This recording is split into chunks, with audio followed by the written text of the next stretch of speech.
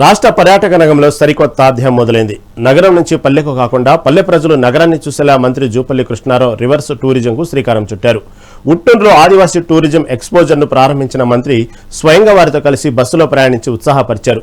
250 మంది ఆదివాసులు హైదరాబాద్లోని చారిత్రక కట్టడాలు, అడవి బిడ్డల ఆత్మవిశ్వాసం పెంపొందించడం, నాగరికత అవగాహనపై కల్పించడమే ఈ యాత్ర ముఖ్య ఉద్దేశమని మంత్రి పేర్కొన్నారు.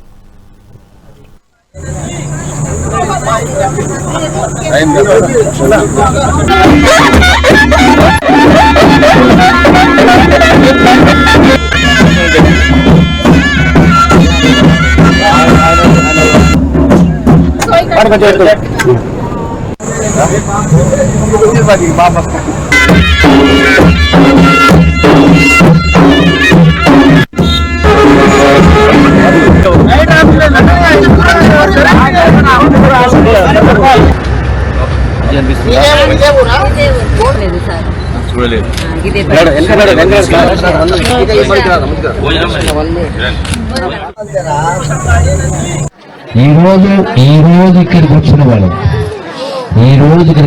నేను దాని బాబర్గా లెక్కేస్తాను.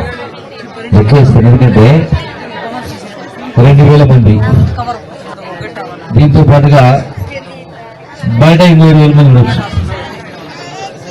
సో మనిషికి టోటల్ గా కలిపి బహుశా 1000 రూపాయలు ఖర్చు కావచ్చు.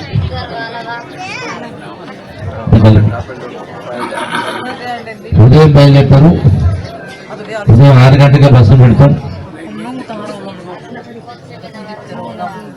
4 గంటలు ట్రావెల్ ఇక్కడ నుంచి 5 గంటలు 6 గంటలు 11 వస్తారు. 11 నుంచి వాళ్ళని అక్కడ మొత్తం పిక్నిక్ ఏర్పాటు చేస్తాం.